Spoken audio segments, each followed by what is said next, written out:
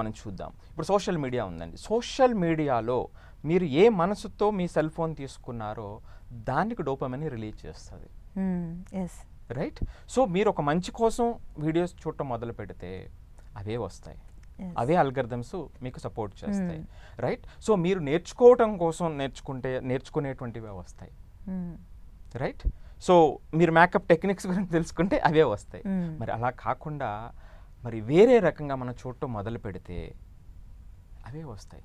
క్రూరాన్ని ప్రేరేపించేటువంటిది నువ్వు ఒక్కటి మొదలు పెడితే అదే వస్తుంది. ఎప్పుడైతే అదే పదే పదే వచ్చిందో దాని అర్థం ఏమిటి? మిమ్మల్ని ఇన్స్టిగేట్ చేస్తుంది కదా, మిమ్మల్ని ప్రేరేపిస్తూ పోతుంది కదా. ఎప్పుడైతే ప్రేరేపిస్తూ పోతుందో ఆల్రెడీ మీ మనసు కూడా ఆ డైరెక్షన్లో ఉండేటప్పుడు అది ఎంత లోతుల్లోకి వెళ్ళిపోతుందో మనకి అర్థం కాదు. సో ఇది ఈ మాయా ప్రపంచం. దీన్ని మనం ఒక అగ్గిపుల్ల లాంటిదండి.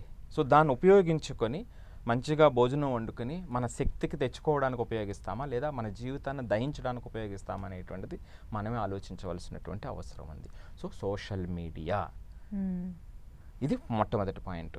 సో ఈ అమ్మాయి ఇక్కడ ఉన్నటువంటి అమ్మాయి అక్కడ ఉన్నటువంటి అబ్బాయితో ఎందుకు కనెక్ట్ అయింది? So 24 hours social media, there are no boundaries. So immediate connection ఏర్పడుతుంది. ఇది 4th అండి. లాస్ట్ పాయింట్ 5th చెప్తా, సినిమాలు. నేను అత్యంత బాధతో చెప్తున్నా, ఇప్పుడు సినిమాలు చూస్తే వందలు వేల మందిని అతి క్రూరంగా కిరాతకంగా చంపేసేటువంటి సీన్లు ఏ మోతాదులో ఉన్నాయండి.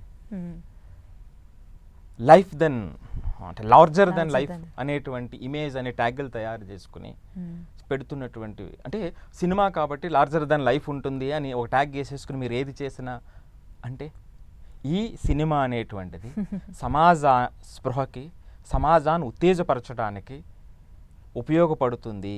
సో వాళ్ళకి అంతకే అంత విలువ సమాజంలో, సమాజాన్ని ఉత్తేజపరిచేటువంటి వాళ్ళు, అన్ని రకాల వాళ్ళు కూడా వాళ్ళని అభినందిస్తారు.